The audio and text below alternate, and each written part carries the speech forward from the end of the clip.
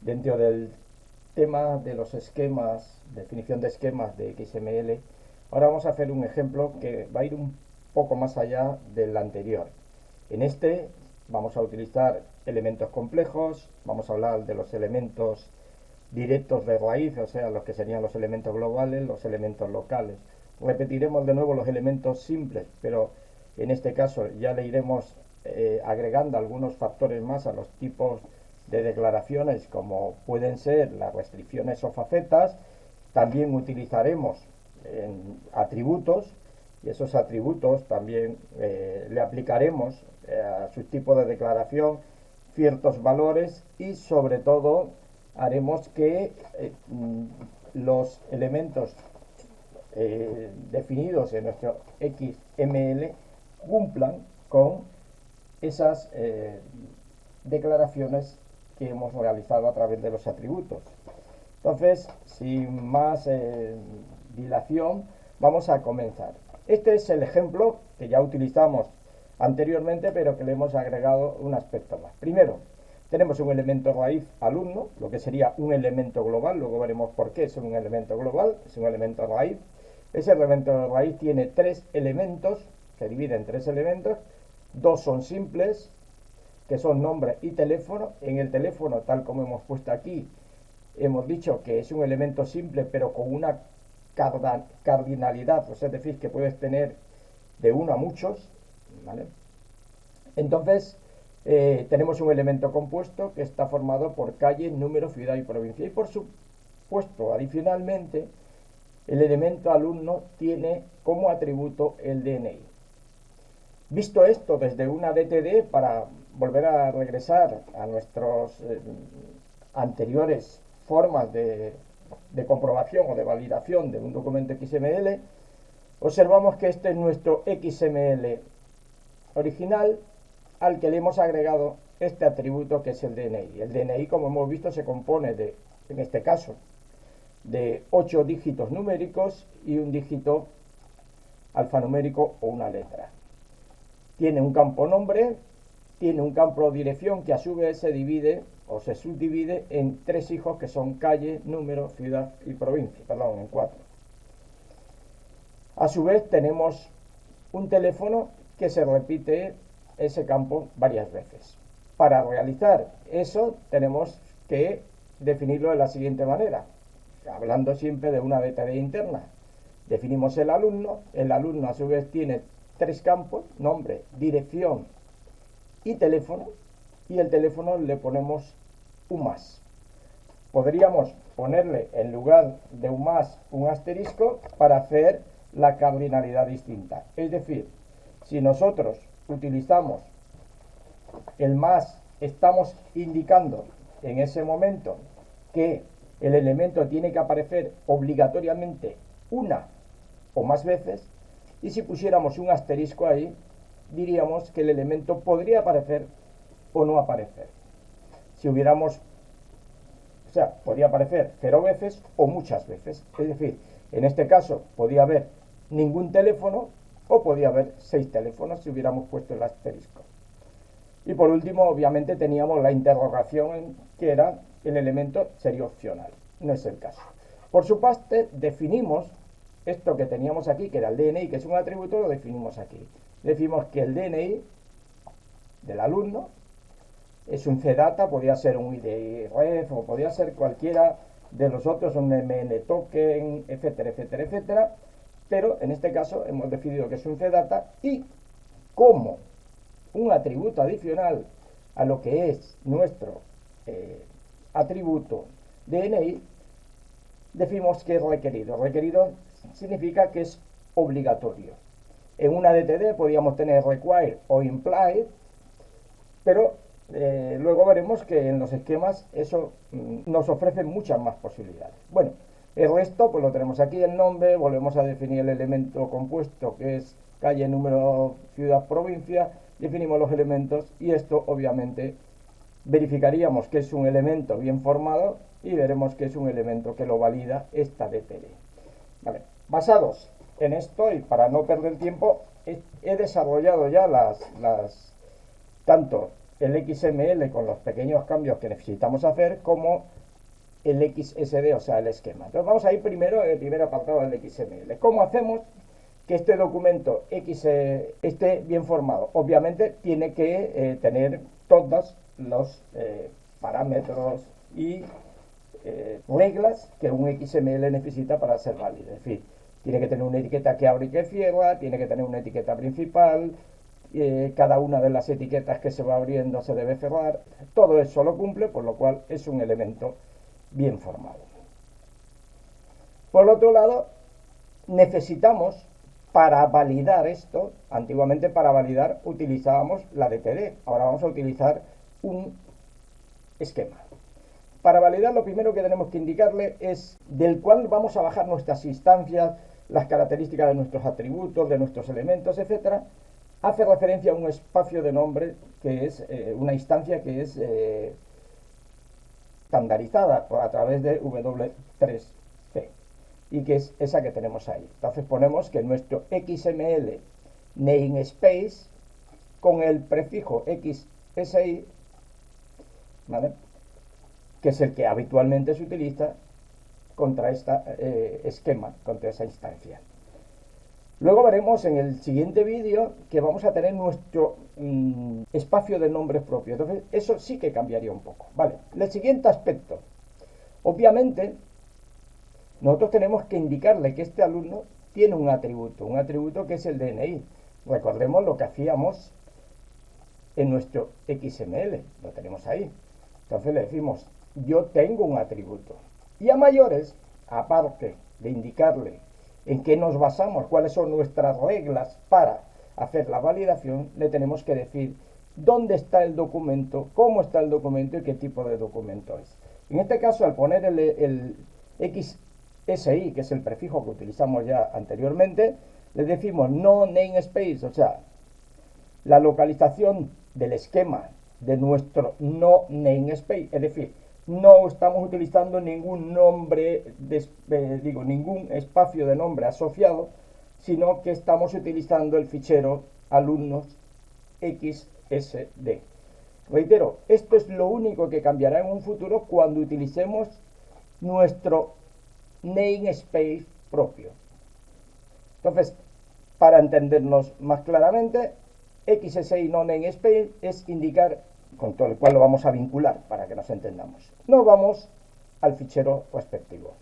Reitero, lo tengo todo hecho, voy a eliminar todo esto, eso lo explicaré en otro ejemplo para simplemente ahora no ofrecer ningún tipo de confusión. Hablamos que los esquemas, como hablamos en el vídeo anterior, son documentos XML, tienen que tener las mismas características. Por eso la primera instrucción de cualquier documento XML es poner la versión que estamos utilizando, el tipo de codificación. La segunda, hemos regresado al mismo tema. Le hemos dicho, señores, a partir de ahora vamos a empezar a desarrollar un esquema. Si hubiéramos hecho una DTD externa, ahí pondríamos las cosas que se refieren a la DTD externa. En este caso le vamos a decir, lo primero, los datos utilizados en el esquema pertenecen al espacio de nombre.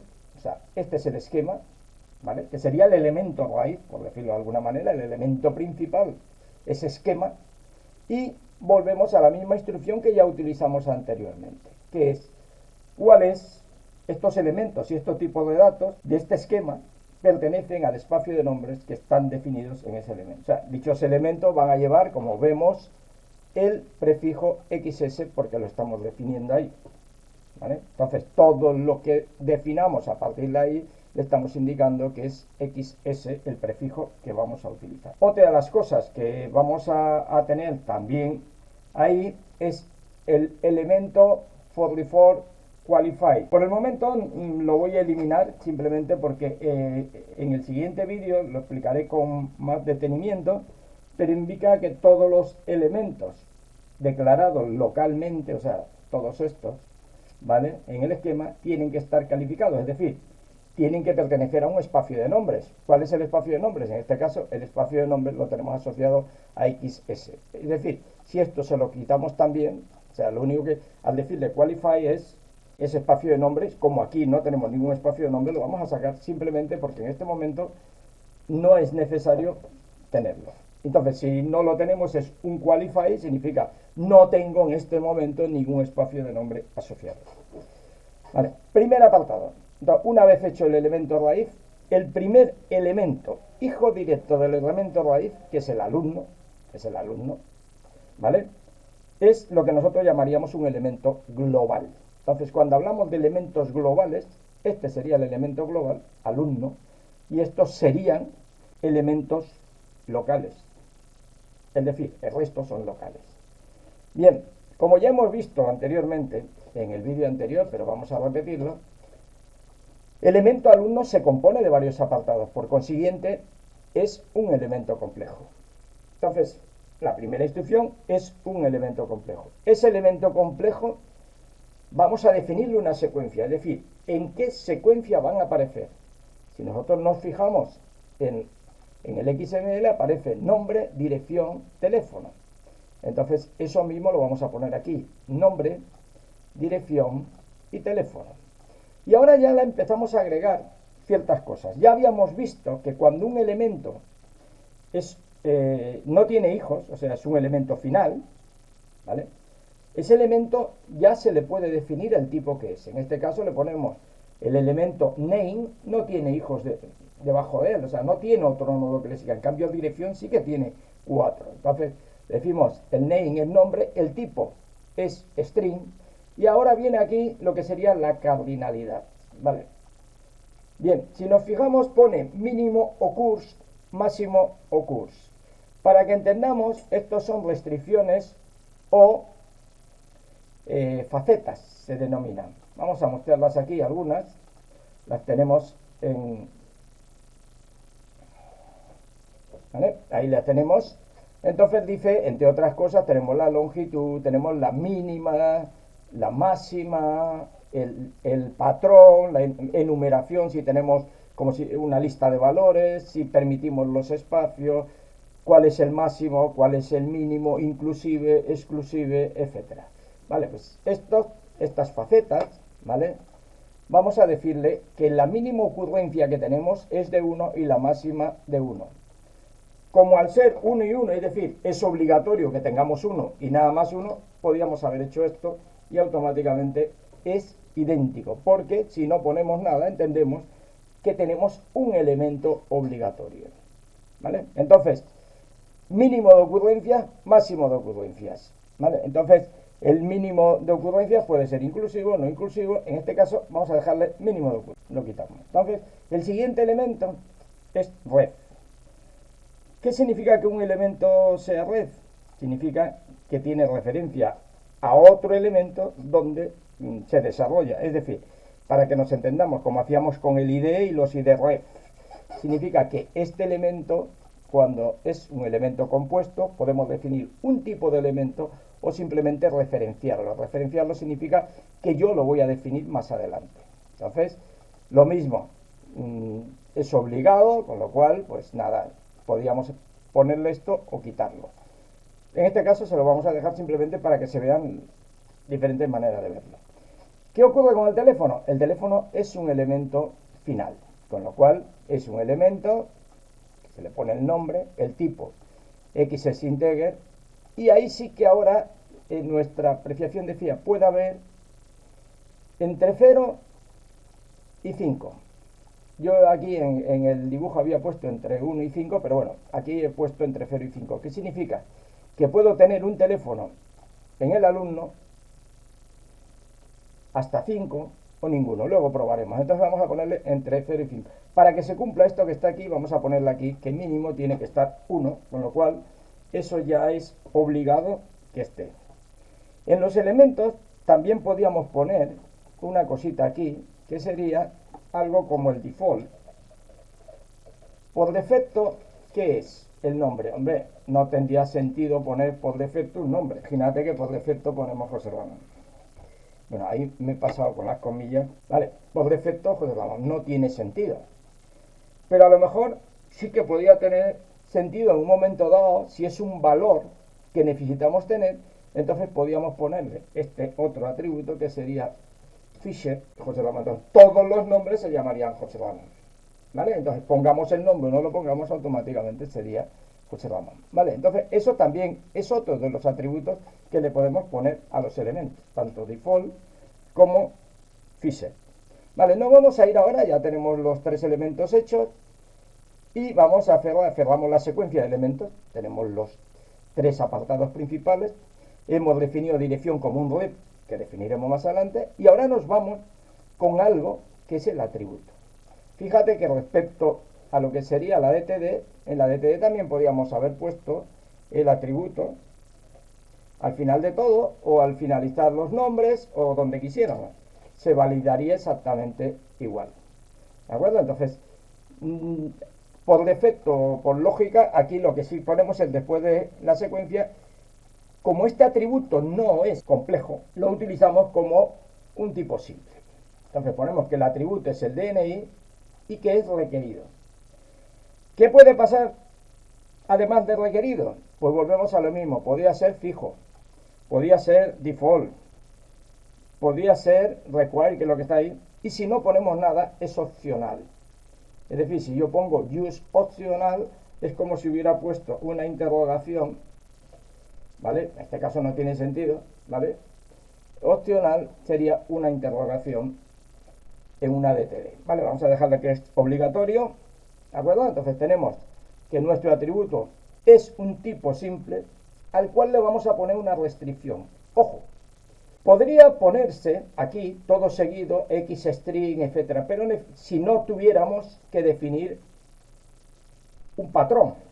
Entonces aquí podríamos haber puesto directamente el tipo como xstring y ya estaba. Pero cuando utilicemos atributos es recomendable, porque los atributos normalmente van asociados a algunos patrones, bueno, y eso también pasaría con un elemento que quisiéramos ponerle algunos atributos adicionales, es bueno que utilicemos este tipo, bien sea un tipo simple o un tipo compuesto, para definir los diferentes apartados. Entonces, en lugar de poner lo que poníamos arriba como type xstring, aquí ponemos que la restricción es que la base es xstring. Es exactamente lo mismo, solamente que una desde uno del punto de vista de restricción y otro desde el punto de vista de tipo. Y aquí viene lo que sería lo que ya utilizamos, lo que utilizamos en los CSS, que son los patrones, los patterns.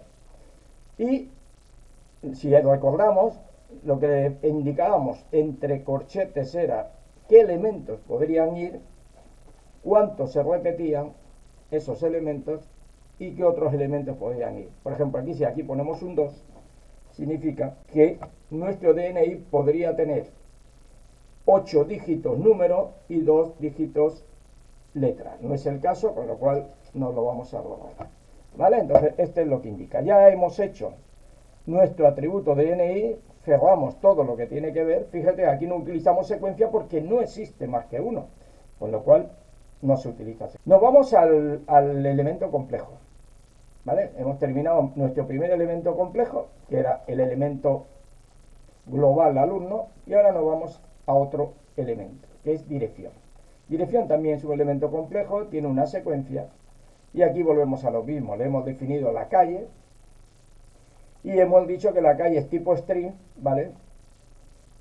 Con una ocurrencia mínimo máximo, es decir, tienes que poner una calle, y el número, pues en lugar de utilizar mínimo de ocurrencias, ¿vale? Vamos a utilizar otro de los atributos. Entonces, entre esas cosas podemos poner, aquí lo tenemos, volvemos a definir un xSimpleType, igual que hicimos con el atributo, y le decimos, mira, de base esto va a ser un número entero, que va a estar como número mínimo inclusive, es decir, incluye el 0, si fuera exclusive sería el mínimo fuera del 0, sería el 1, máximo inclusive, ¿vale? El máximo inclusive sería o menor que el indicado, que 500, menor que el 500, y si fuera máximo exclusive sería un valor menor que el 500, es decir, hasta el 499 en este caso, ¿vale? Entonces, luego, reitero, en esto lo veremos con más detenimiento. En casos, ahí tendríamos lo del máximo, lo del total de dígitos, fracciones, etcétera, etcétera, etcétera, ¿vale? Entonces ya hemos puesto de 0 a 500, ¿vale? Y ahora nos vamos al elemento ciudad, ocurre una vez, provincia ocurre una vez.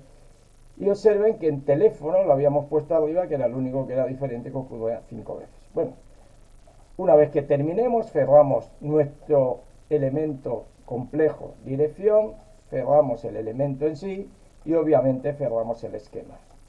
Fijaos que aquí podemos validar este documento y decir que está bien formado. Nos vamos a ir a alumnos, primero a comprobar nuevamente si está bien formado y segundo si nos lo valida. Vale, vamos a hacer una cosa. Habíamos puesto que el número más grande que teníamos era el 500. Vamos a comprobar si eso nos lo valida. Vamos a poner aquí 501. Le damos a validar y efectivamente nos va a marcar un valor porque nos dice que ese número supera el 500. Vamos a poner 500, veréis, por el tema del inclusive,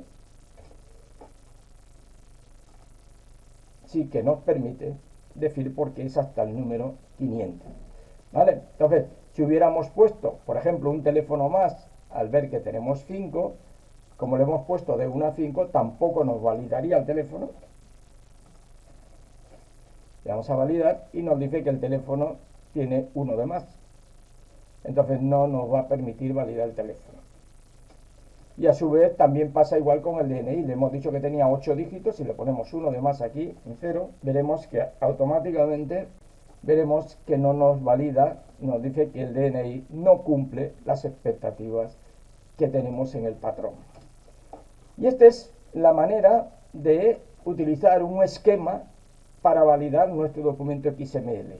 Observen que ya hemos visto una serie de restricciones, los patrones, los diferentes elementos simples con algunas de sus propiedades o atributos, esas facetas que hemos visto. En el próximo vídeo veremos cómo validar utilizando un espacio de nombres propio.